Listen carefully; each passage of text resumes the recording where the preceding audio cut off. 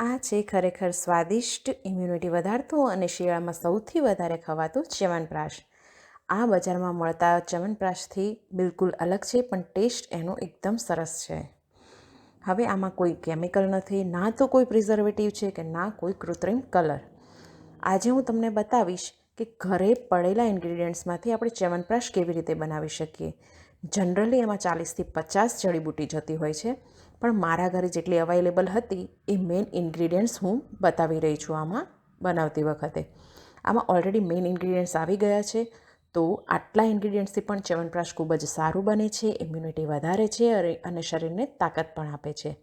તો એના માટે સૌથી પહેલાં આપણે આમળાને સારી રીતે સાફ કરીને બાફવા મૂકી દઈશું. સાઈડમાં આપણે ખજૂરને પલાળવા મૂકી દઈશું ગરમ પાણીમાં. તો સ્વાગત છે તમારું ચટાકોમાં. સ્વાદનું સાચું સરનામું એટલે ચટાકો. સાઈડમાં આપણે ડ્રાય ઇન્ગ્રીડિયન્ટ્સ તૈયાર કરી લઈશું. હવે આ ડ્રાય ઇન્ગ્રીડિયન્ટ્સમાં લવિંગ છે એ ઇમ્યુનિટી વધારશે, કાળા મરી આયુર્વેદિક ગુણોને શરીરમાં શોષવામાં મદદ કરશે, વરિયાળી પાચન સુધારશે, એલચી પેટને હળવું રાખશે, સૂંઠ એ શરદી ખાંસીમાં રાહત આપશે, તેજપત્તા શરીરને ડિટોક્સ કરશે, જાયફળ છે એ શરીરને શક્તિ આપશે અને ઊંઘ પણ સારી લાવશે, તજ એ બ્લડ સર્ક્યુલેશનને વધારશે, અશ્વગંધા તણાવ ઘટાડશે અને સ્ટેમિના વધારશે, અને મધ જે છે એ કુદરતી પ્રિઝર્વેટિવ અને નેચરલ સ્વીટનર છે. તો આપણે આમાં સફેદ ખાંડનો ઉપયોગ કરવાના નથી, એ તો તમને સારી રીતે સમજાઈ ગયું હશે. હવે જાયફળ અને સૂંઠ પાવડર સિવાયના જે ઇન્ગ્રીડિયન્ટ્સ છે આપણે એનો એક બારીક પાવડર બનાવી લઈશું. અશ્વગંધાનો તો આપણી પાસે પાવડર જ છે, તો એને પણ સ્કીપ કરીશું. બાકીનું આપણે મિક્સર જારમાં એડ કરીને પાવડર ફોર્મમાં બનાવી લઈશું. હવે આ પાવડર રેડી થાય એટલે પાવડરમાં સૂંઠ પાવડર અને અશ્વગંધાનો પાવડર 1 ચમચી એડ કરીશું અને એને સારી રીતે મિક્સ કરી લઈશું. તો આ એક power pack herbal formula ready છે, જે આપણી ઇમ્યુનિટીને ખૂબ જ સારી રીતે વધારી દે છે. હવે કુકરમાં 2 સીટી વગાડેલી અને એના પછી આમળા ખૂબ જ સારી રીતે નરમ થઈ ગયા છે. તમે જોઈ શકો છો કે આમળાના બીજ સારી રીતે અને સરળતાથી એમાંથી અલગ થઈ રહ્યા છે. આના પરથી ખબર પડે છે કે આમળા સરસ ઉકળી ગયા છે. હવે આમળાની પ્યોરી એક બાજુ બનાવી લઈશું. જો એમાં પાણીની જરૂર પડે તો આમળાને બાફવામાં યુઝ કર્યું હતું એ જ પાણી એમાં એડ કરીશું.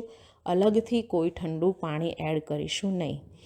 હવે સૌથી મહત્ત્વની વસ્તુ અને ચ્યવનપ્રાશનું હૃદય કહી શકીએ તો એ છે દેશી ગાયનું ઘી. હા, આને ચ્યવનપ્રાશનું હૃદય એટલા માટે કહેવાય છે કે ઘી વગર ચ્યવનપ્રાશ અધૂરો છે. ઘીના આયુર્વેદિક ગુણો શરીરના દરેક કોષ સુધી આ ચ્યવનપ્રાશની અસરને પહોંચાડશે.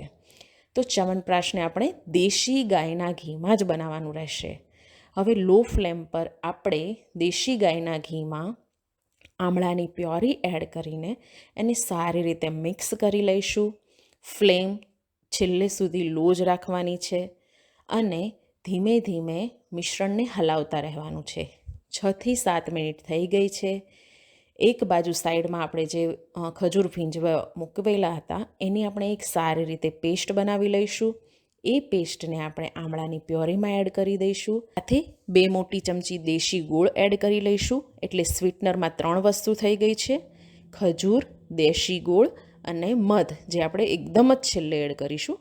હવે અત્યારે જે દેશી ગોળ એડ કર્યો છે એ જ્યાં સુધી ઓગળી ના જાય ત્યાં સુધી આપણે સતત એને ચલાવતા રહીશું. ફ્લેમ મીડિયમ ટુ લો રાખવાની છે. હવે આપણે તલ, બદામ અને અખરોટ આને સારી રીતે પીસી લઈને એક ફાઇન પાવડર રેડી કરી લઈશું. આ શરીરને અંદરથી પોષણ આપશે. તો પહેલાં જે હર્બલ પાવડર તૈયાર કર્યો હતો એ અને તલ, બદામ, અખરોટનું મિશ્રણ એને હવે આપણે ચ્યવનપ્રાશ એટલે કે આમળાની પ્યોરીમાં એડ કરી લઈશું અને સારી રીતે મિક્સ કરી લઈશું. મિક્સ કરતી વખતે ખાસ ધ્યાન રાખીશું કે કોઈ લમ્પ્સ ના રહે. હવે લાસ્ટમાં આપણે જાયફળ અડધું લઈશું અને એને સારી રીતે ખમણી લઈશું. અડધું જાયફળ ઇનફ છે. એને જાયફળ એડ કર્યા પછી સારી રીતે મિક્સ કરી લઈશું. હવે સૌથી મહત્ત્વની વાત, મિશ્રણ જ્યાં સુધી રૂમ ટેમ્પરેચર પર આવતું નથી ત્યાં સુધી એને ઠરવા માટે એક બાજુ મૂકી દઈશું. લગભગ 20થી 25 મિનિટ જેવું લાગશે અને ચેક કરીશું કે મિશ્રણ જે છે એ રૂમ ટેમ્પરેચર પર આવી ગયું છે. હવે આ સમય છે મધ એડ કરવાનો. તમે તમારા સ્વાદ પ્રમાણે મધ એડ કરી શકો છો. મેં લગભગ 1 ચમચી જેટલું મધ એડ કર્યું હતું. અને આ ચ્યવનપ્રાશ ખૂબ જ સારી રીતે બનાવવામાં આવેલું છે અને પ્રોપર તકનિકથી બનાવ્યું છે. એટલે આ જે ચ્યવનપ્રાશ છે 1 વર્ષ સુધી સારું રહેશે. એને કાચના ગ્લાસમાં અથવા કાચના જારમાં આવી રીતે સ્ટોર કરી શકીએ છીએ, જે 1 વર્ષ સુધી સારું રહેશે. તો તૈયાર છે આપણું ચ્યવનપ્રાશ. એ રેડી છે, હેલ્ધી છે. 1 જ સ્પૂન રોજનું લેવાનું છે અને એક પાવર પેક ફોર્મ્યુલા છે. મિત્રો, તમને આ વિડીયો કેવો લાગ્યો એ જરૂરથી કહેજો અને અમારી ચેનલને સબસ્ક્રાઈબ કરવાનું ભૂલતા નહીં. જો રેસીપી ગમી હોય તો વિડીયોને લાઇક, શેર અને સબસ્ક્રાઈબ કરજો. Thank you.